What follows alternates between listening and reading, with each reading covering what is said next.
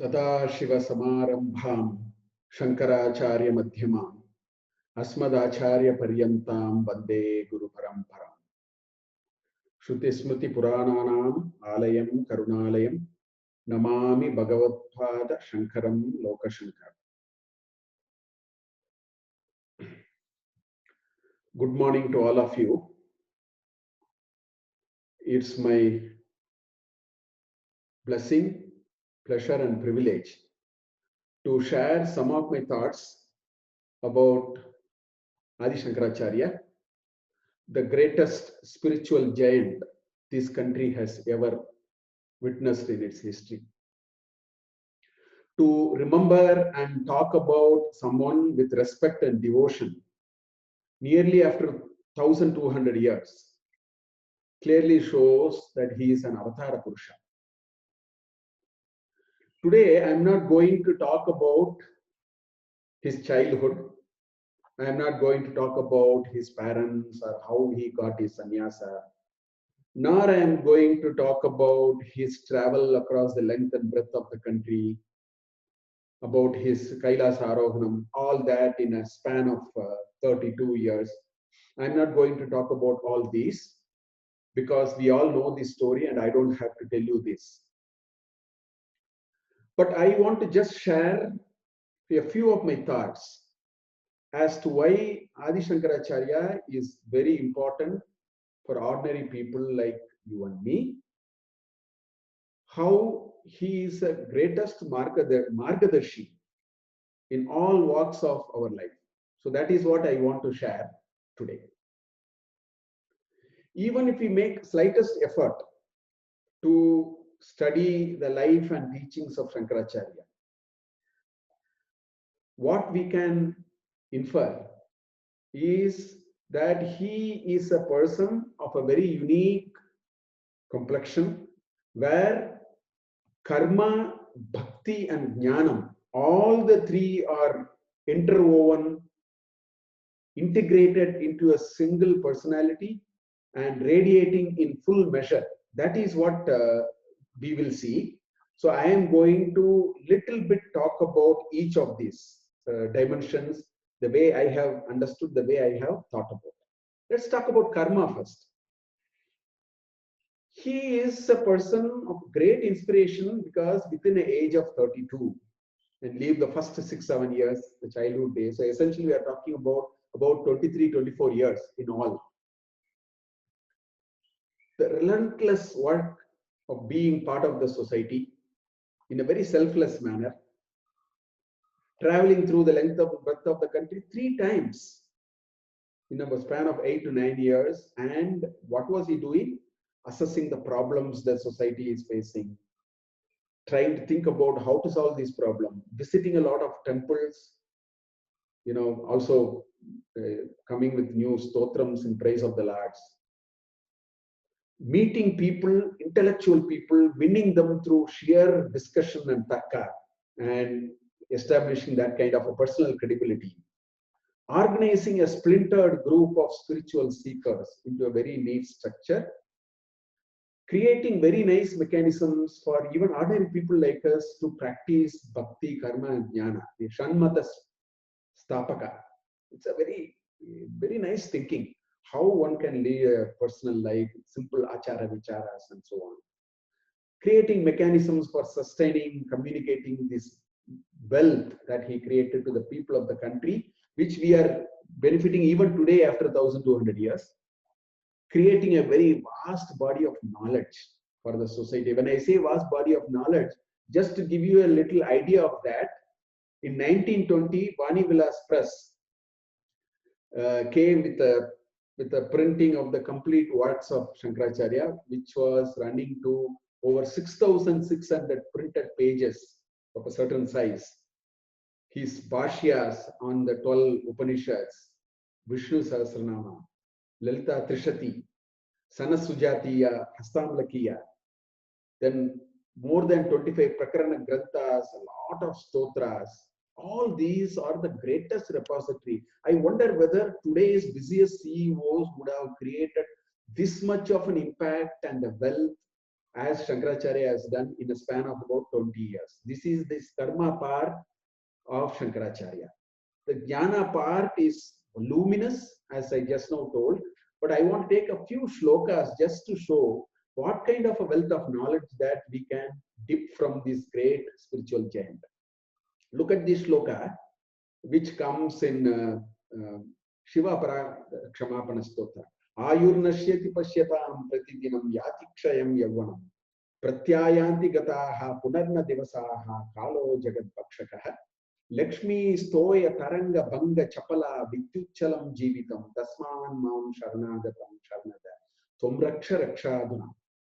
He says, Ayurnashyati Pashyatam Pratidinam. Some greatest ideas of life is so compact manner he is spelled out here.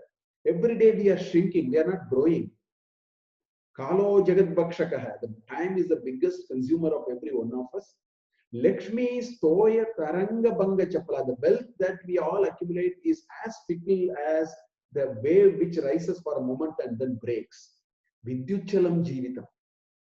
Life, when it goes, is just like a lightning. So, such a great idea of life, so nicely put in few lines for us to reflect on it and understand the reality of life.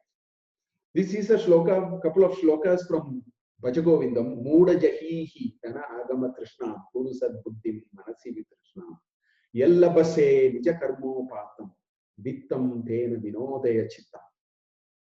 He uses words like Trishna.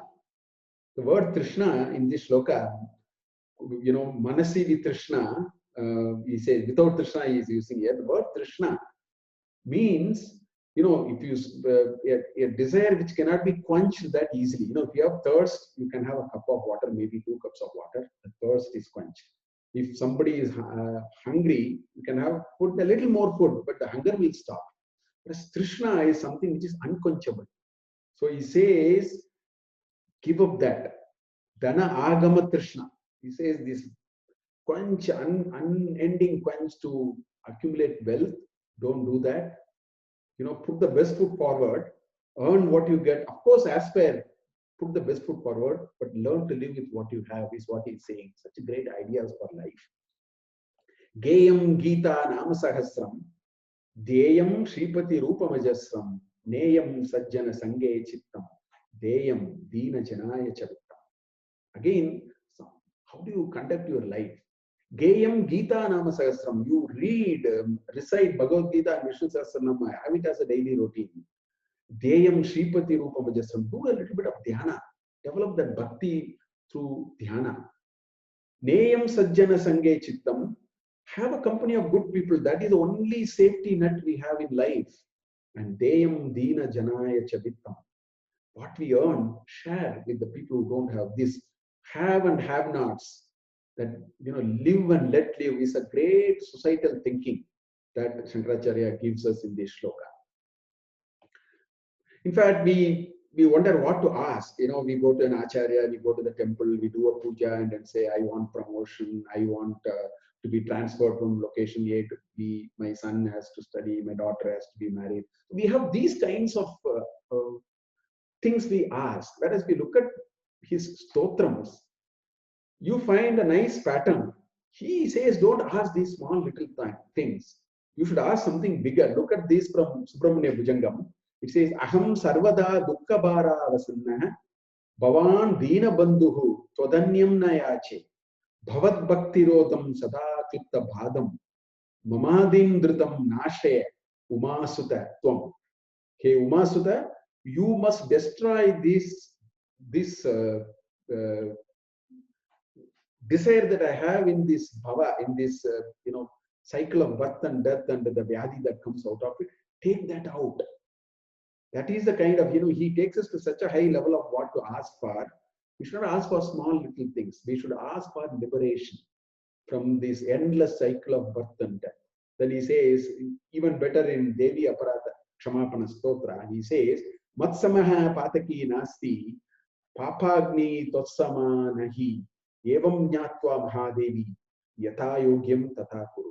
He says, why should I ask you something? By asking something, I would have denied an opportunity of you giving me something even bigger. So therefore, Yata Yogyam Tata Kuru. Give me what I deserve. So these kinds of ideas you find when you read Shankaracharya's works are simply embodiment of high thinking. Lots of them. I would just quote one shloka from Manisha Panchakam. The whole context itself is so nice. Look at this shloka. Jagrat Sushuptishu Sputatara Ya Samrijimbate Ya Brahmadi Pipilikanta Tanushu Prota Jagat Sakshini Saivaham Nacha Drishya Vastu Iti Drida Prajnapi Esyasti Chet Chandalostu Satu Dujostu Guruhu Iti Yesha Manisha Mama. So he says, Jagrat, Swapna, Sushupti, these are the three avasthas for us. We are, waking state, we dream while sleeping or deep sleep. He says, in all these, there is something which is popping up, aham, ahamiti. There is something which comes up all the time. That's spuranam. Something is coming all the time. The second example he gives is, Ya Brahmadi Pipilikanta Tanushu. From the Brahma to that one celled amoeba and the tiny little ant, in all of them there is this God particle. Saivaham, Sahayevaham, Nacha Drishya Vastu, not what you see here and there.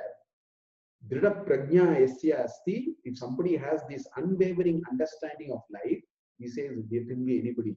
Chandalostu, Satu Dujostu, Guruhu Iti Esha Manisha. He is my Guru. He's an embodiment of high thinking. So this is the kind of jnana. Shankara's contribution in jnana is endless. I don't think I, can keep on going like this. The third dimension which I want to talk about is bhakti. Generally, many people think that because of his razor sharp analysis and tarka and that you see in his bhashya and so on, people often think that Shankaracharya is an intellectual giant, not so much as a, has that bhakti. Sometimes people think like that. But he is the greatest exponent of bhakti. In many of his stotras, you will find that bhakti flowing like anything. If you want to know what is bhakti, how it manifests, how it changes one's attitude to life, we should read his magnum opus on bhakti, Shivananda Lahari. An example, there are many more. I'm just giving one example. Shivananda Lahari. I will take that shloka in Shivananda Lahari, in which he gives a formal definition of bhakti. Look at here. Ankolam nijabija santatihi ayaskanto palam suchika sadvi naija vibhum latakshiturutam sindhu sarid vallabam prapnoti yatha tatha pashupate padara vindatvayam cheto vritti rupete tishtati sada sa bhaktihi iti uchyate. Ankolam nijabi, he gives 5 examples. Ankolam nijabija santatihi. There is an ankola tree. Now, when the seeds fall from the tree, all the respective seeds will go to the trunk of the respective trees. The tree's trunk will be full of seeds. So that is the first example. Here, the prayatna is on the part of the seed. There is a purusha prayatna required on the part of the seed to reach the tree. The second example is ayaskanto palam suchika. You can either move the needle to the magnet or the magnet to the needle. Either ways it will attract. So it is a ubhaya prayatna. If you put one step in bhakti, the Lord will put 2 steps. That's what he is communicating here. Sadvi naija vibhum. The third stage is a stage of mutual dependence. The anubhava and the experience and this whole approach is a mutual dependence. The bhakta and the Lord. So sadvi naija vibhum, like the husband and wife he is talking about. Latakshitiruham. The fourth example he gives is a complete surrender or dependence to that Lord. That's what the creeper requires, that support of that stick on which it goes. So he gives that fourth example. And the last example he gives is Sindhuhu Sarid Vellama. In the first 4 examples, there is a separation of the Bhakta and the Lord. Sindhuhu Sarid Vellabam is total merger. Like all rivers merge into the ocean. Like that, there's a complete merger. So he gives 5 stages. He says prapnoti iha. When he reaches those kind of stages, yata, at that time, tata pashupatehe padara vindadvayam. I get merged into your lotus feet. Cheto vritti rupete. This is the thought which overpowers me all the time. I think of you. He says that is the state of bhakti. Sa bhaktihi iti uchyate. So this is an example in in Shivananda Lahiri itself, there are beautiful shlokas, different ways by which the bhakti is being, demonstrated. So therefore, this is the third dimension of Shankaracharya. So let me stop here. In conclusion, if I were to tell you what do we learn from all these that Shankaracharya has left behind with us, his life and his teaching, I think there are very interesting messages that we need to get inspired. Life goal is to have a sense of pure bliss and fulfillment. And it can be achieved only when we know how to balance nivritti and pravritti, abhyudaya and nishreyas, which is what he talked about in his opening remarks on Bhagavad Gita Bhashya. And all his teachings also tell us karma, bhakti, and jnana are the three integral elements in our life. We cannot afford to ignore one and pursue the other. That will become an imperfect life. This is the biggest message that we need to take. So I think with these few words, let me stop here. And for this great opportunity that was given to me, I thank Advaita Academy for this. I also take this opportunity to pray to the Lord that the blessings of Shankaracharya and the Lord be on all of us, so that we pursue our goals of life and reach that ultimate that we need to reach. And with these few words, let me stop this short talk on Shankaracharya. Thank you very much.